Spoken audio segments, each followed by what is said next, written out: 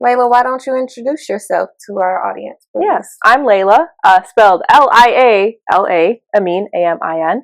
I use she, her pronouns, and we are currently in my very cozy studio space at VAR Studios located on 5th Street. I am what I consider a multidisciplinary artist. Like to do a little bit of everything. I have a lot of background in education as well. Right now, I am focusing on integrating art therapy, which I am studying at Alverno College, into my art practice. But a lot of my work focuses on celebrating womanhood, what it is to be a woman, mental health, and also finding deeper spirituality within yourself.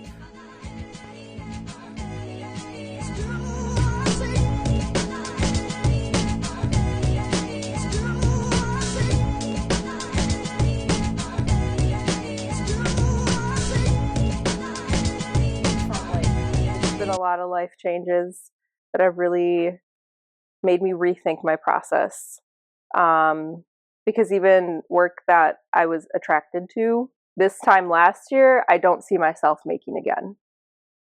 Just because of how my entire mentality has shifted. I think with having to suddenly mature very quick has been just like, okay, what exactly do I want to do? Because some of those stressors that existed before are not existent right now.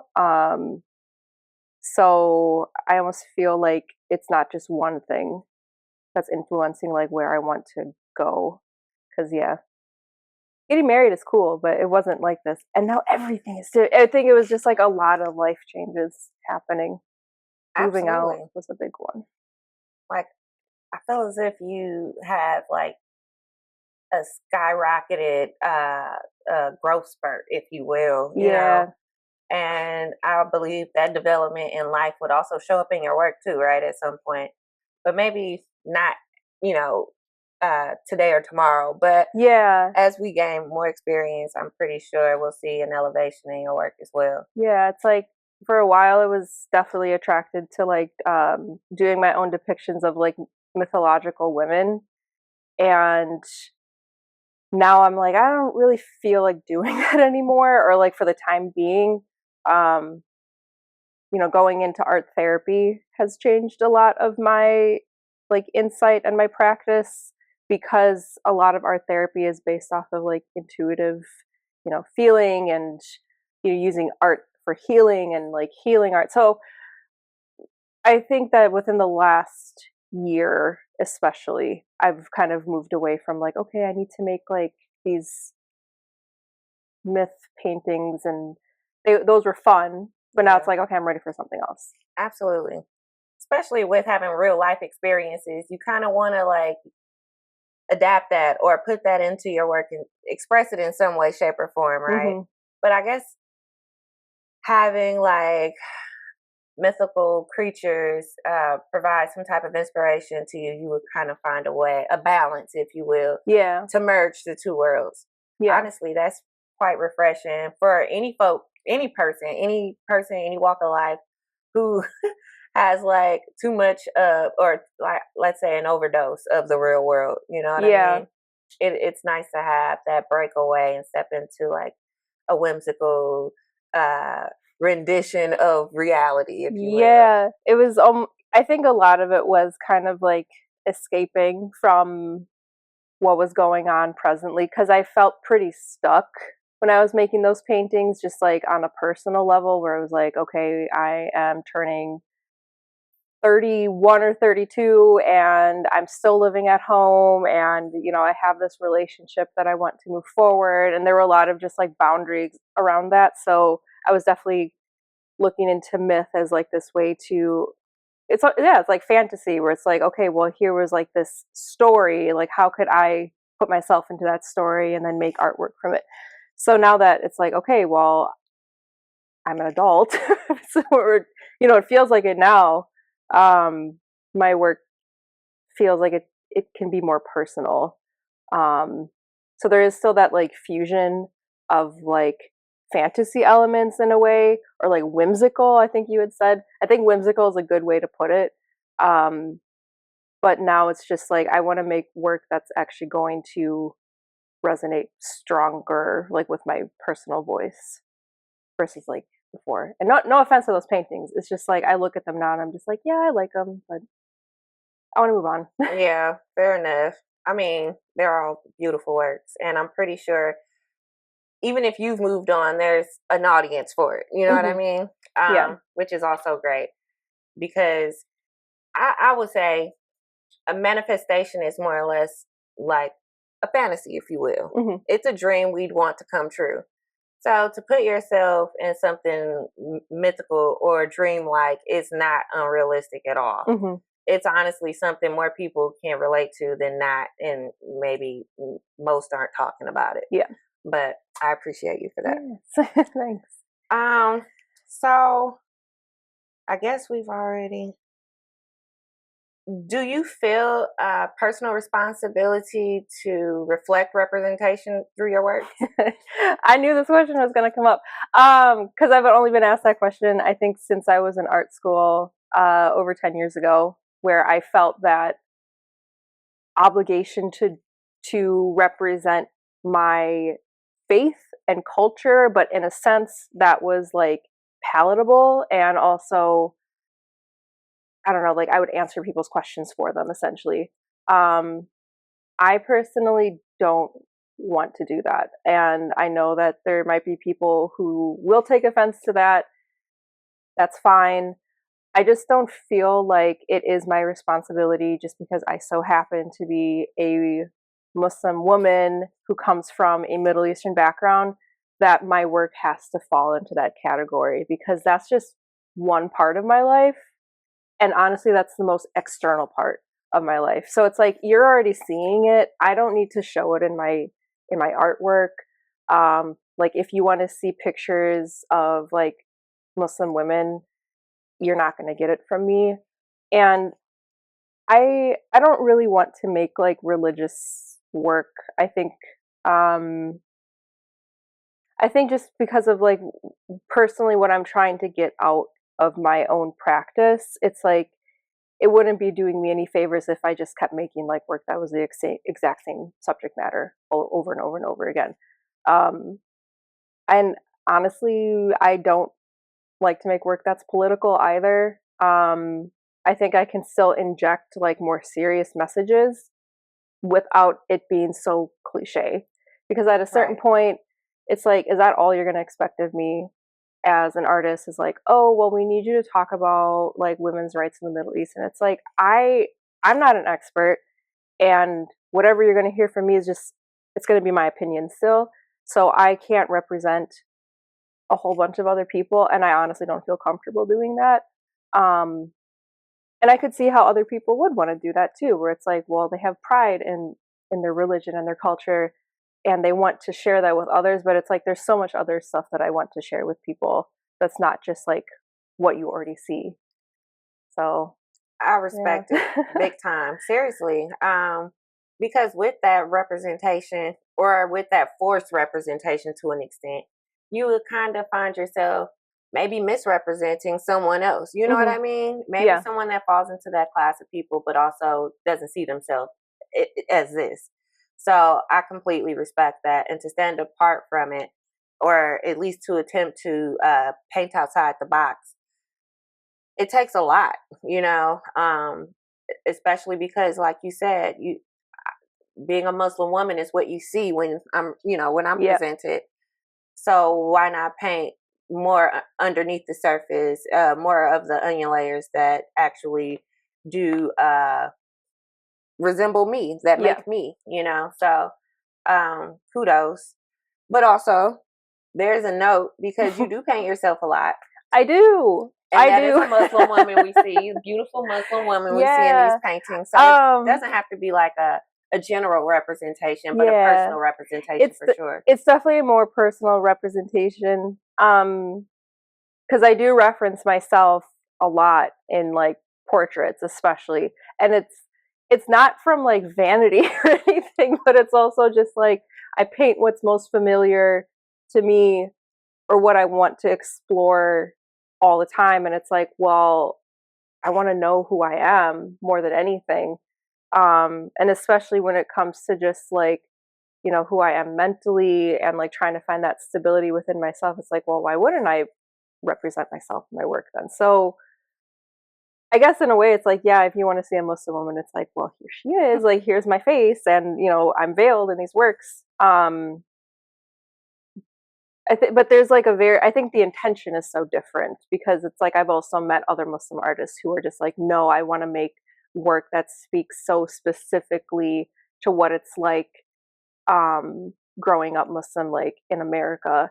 And again, that's fine. Um, but I also think about like, well, who's your audience?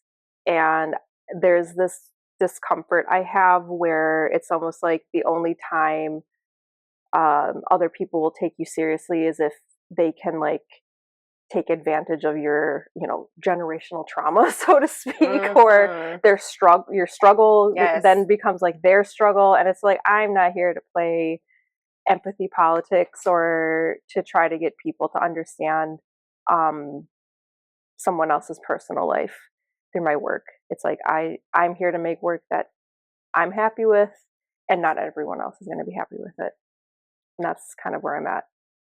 That should be a place where most artists create from, in my opinion, because truly, first and foremost, you should be the primary audience that you're creating for. Yeah. If you're not pleased with your work, then I don't think you should be looking to present it to anyone else. It doesn't even really make sense to me. But of course, that's just my opinion. Mm-hmm. But obviously, I'm a big fan. So yeah. I mean, thanks. Yes, yeah. no, there's beauty in every single piece and every single detail. And regardless of the background, gender, sexual orientation, I believe that there is something for everyone in each piece. It's incredible. Okay. Thanks. Of course. Any earlier influences that you'd like to note? Yeah. So I always find this question like difficult to answer because I've put a lot of effort into not finding inspiration with art history because it's been presented so linear. And you know, coming from my perspective where it's like when you're in a class and they're talking about like, here are all the art movements, it's very Eurocentric and it's very male centered, and you only see like the surface of what's going on. So I spent a lot of time like outside of school, like when I graduated the first time, going like, I don't want to have any kind of artistic influence. Like there's things that I can enjoy on an aesthetic level, but to say like, oh, I want to, you know, emulate this person's work within my work, I was just like, I don't want to do that. And just like how male artists have kind of taken over art history too, I've also never been a fan of. So my inspirations, like early inspirations, have really just been from myself, like weird dreams that I've had, or like stories that I've heard, or just kind of like from like journaling has been a big one. And I've told a lot of people, even from the start of my art practice, where it's like I look at my artwork as like visual journaling. So it's like I don't want it to look like anyone else. And I've had people compare it to other artists before. Like I've heard, oh, your work reminds me of like Gustav Klimt, and I'm like, cool, but it's not. Like I'm not trying to like purposely make it look like someone else. So I would say now that a lot of my inspiration, and even like if I'm looking back, it's like, where have I looked for? And it's like, well, I've always looked for like what's within me first. So it's kind of like, how can I draw this emotion? Like, what would that look like to me without having to refer to what art history has kind of dictated as like, well, this is how art's supposed to be, and here's who you should look to as inspirations. I honestly, I find inspiration kind of like everywhere. So people that I meet, or it's like random things that I see, or like things that I read. And I'm trying to keep like my inner child alive in a sense, because my like childhood was so like creatively free, and it's like I want to be able to still have that, like Absolutely. Even as I get older, where it's like I want to be able to do like weird things, because as a kid that's okay, but suddenly when you become an adult, it's like, oh no, you have to like, your work has to be very refined, and it's like, I don't know, I want to have fun with this, and I want to make like my 5-year-old self proud. Absolutely. And admirable on many levels, because I feel as if, especially when a lot of artists are burned out and they're like desperate for inspiration, they will mimic, and copy and borrow until they can't any longer. And the fact that your creative process is coming from an original place, a path in which you're painting, you know what I mean? Creating your own way, I think that's beautiful. And hopefully more artists are practicing that same method, because I feel, unfortunately, even though we are seeing like this boom of, explosive artwork, we are seeing a lot of repeats. You know what I mean? There are so many Rothko wannabes. There are so many, Frankenthaler wannabes. There are so many people who are looking to mimic and emulate instead of, painting or stepping into their own right, if you will, as artists. So stellar work. Kudos, pat on the back. Yeah. It's definitely, I've gotten some pushback from a few people, not many honestly, but I have had people say, like other artists say, like, you need to know what your voice is, and like you need to know who your inspirations are, and it's just like, why? It gets so boring after a while. Like what you're saying, it's like, who wants to make the same thing over and over and over again, in the same style with the same medium? It's like, at a certain point you're gonna get bored, and then what? So yeah, maybe find a new medium. Yeah. I don't know. If you could give advice to a young woman or a young man, young person who's looking to find their own creative path, rather it be in any form, medium, music, media, is there any type of feedback or advice you'd give? Yeah. One thing, and this is also where it's like, I wish someone would have told me this, is like, it's okay to make something you're not happy with. Not everything is going to be stellar. You're going to make some really ugly, just like bad artistic decisions in your life. Whether that be like, oh, I thought this painting was going to turn out one way and now it didn't, or like, I'm going to experiment with something new and it just like didn't work out. I think embracing failure is necessary, and especially with like the creative world, you are going to be facing a lot of failure. Like, not everyone's going to like what you do, or you make all this work and like none of it sells, or like people don't know who you are, even though you're like working so much. I think just embracing that, it's like, okay, what is it that you want? Because it always comes back to the self. It always comes back to like, why did I start doing this in the first place? No one told me to become an artist. I wanted to. And even when people are saying like, you're not going to make a lot of money doing this, or like, you can use it as a hobby, like why would you try to turn it into some kind of career? I've always just been like, but this is what I want. And I've always gone back to that, even when things have gone like terrible, where it's like, I didn't get into this show, or people responded very badly to something that I made. It's like, well, I think it's going back to that like inner child, where it's like, well, how can I still foster that creativity that has freedom to it? So this bit of a long answer, but I would say like, just like, embrace failure. It's fine, and you have to do it for you. You can't do it for anyone else, because if you don't have your own support, like, you can't always find external validation for things. Absolutely. Going back to like creating from that childish or that childlike place, if you will, that place of innocence. That's what it truly is.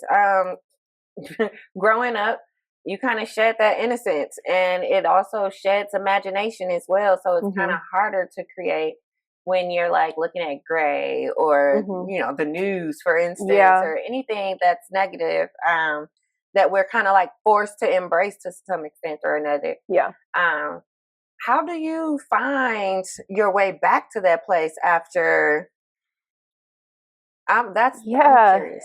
Honestly, I still doodle and scribble, and I don't find any shame in doing things that people would kind of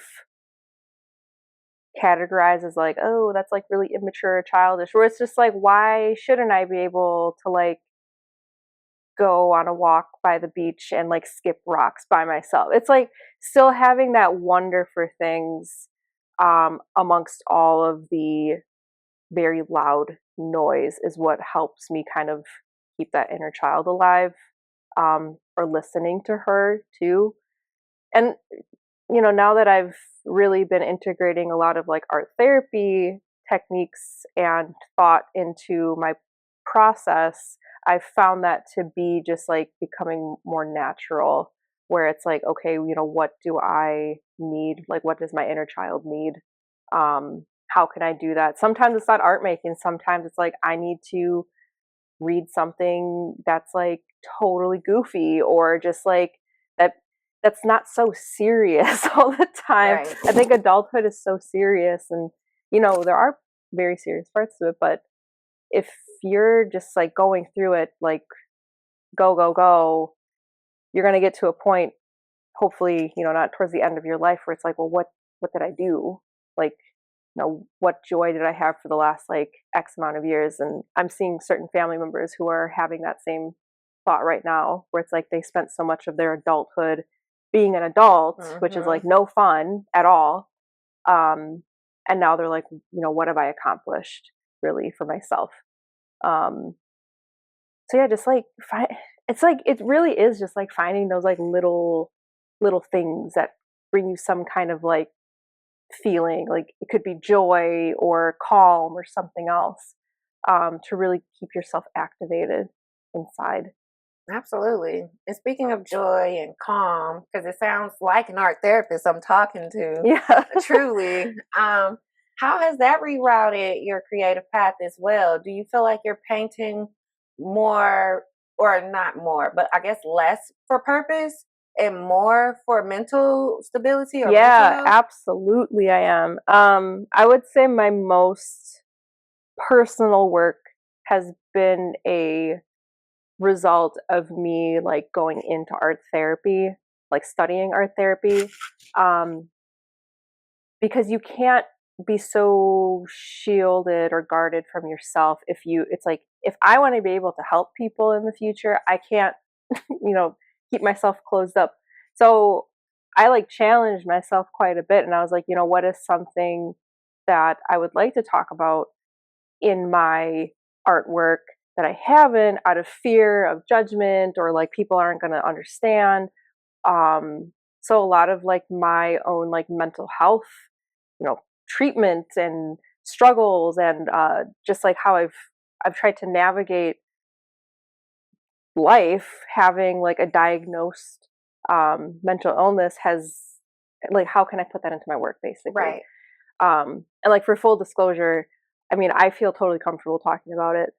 So I received a diagnosis of borderline personality disorder, probably about like 2 years ago now. And it was one of those like clarity moments where I was like, oh my God, so much of myself suddenly like, I was like, whoa, that suddenly makes so much sense. Like, my emotional reactions to things have always been very intense. And to hear that coming from a professional who I have known for a while now, I was like, oh my God, like, how did I not see this before? So I think that's what really kickstarted like okay, I have this phrase that would explain what I'm going through daily, and I have this art practice that I want to use as a way to explain what I'm going through daily. And now I'm going into a professional field where I will have to help people with whatever they're going through daily, you know, in the future.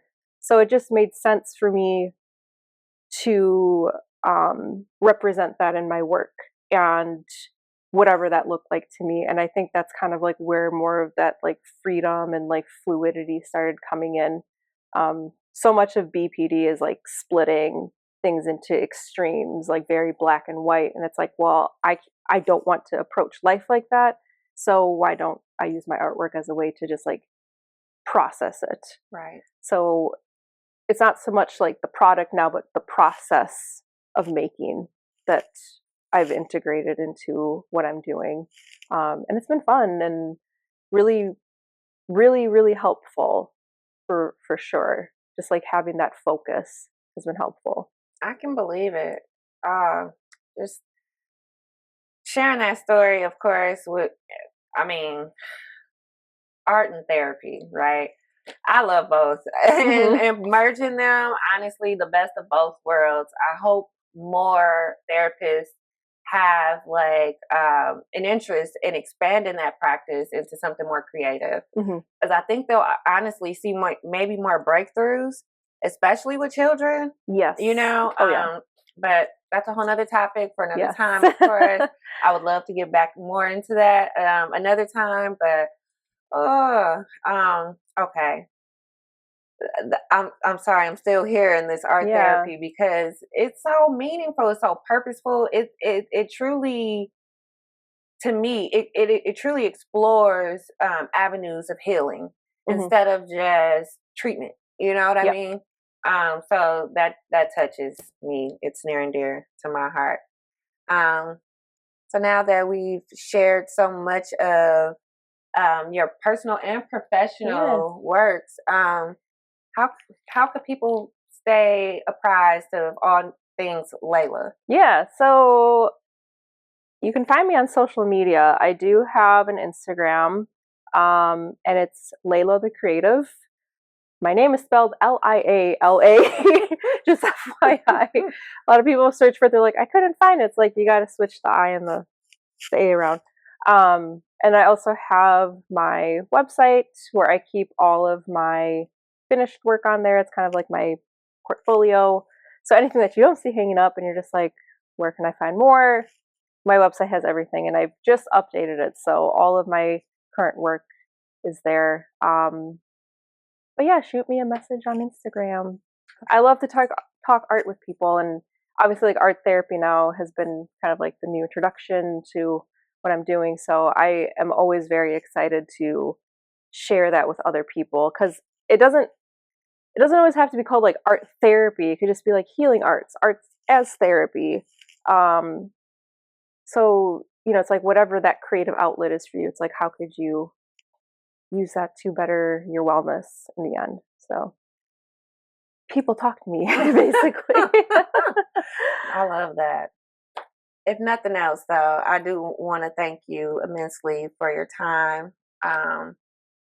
You're a wonderful person. I know you personally, but now the world and other folks who need to know you will now know who you are. And I appreciate this. Thank you. Yeah, thank you for, you know, inviting me to your space. And I hope that you found some inspiration, and you can take that inspiration and now give it onto other people. That's really what I want to do, is just like, you can find something that inspires you, and it's like kind of paying it forward after everything. Absolutely. I have no doubt that you're doing that. Honestly. Thanks. Seriously.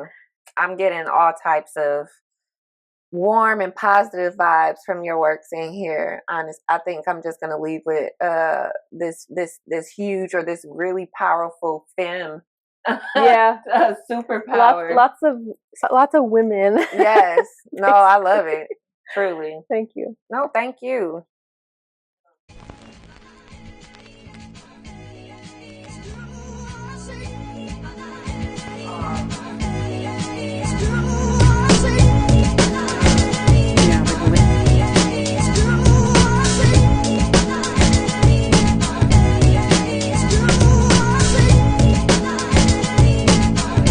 What I'm gonna paint them. What are they? They're little dolls. Oh, these are cool. Yeah, so this actually started because of an art therapy class. So I had to create, it's a long story. I had to observe a student that I worked with, and I had to create a response piece based off of them. And the student in particular, he's very sweet, likes to make dolls. Like, almost like, I don't know what I would even call them, like, enjoyed it so much that I've just been making these, like,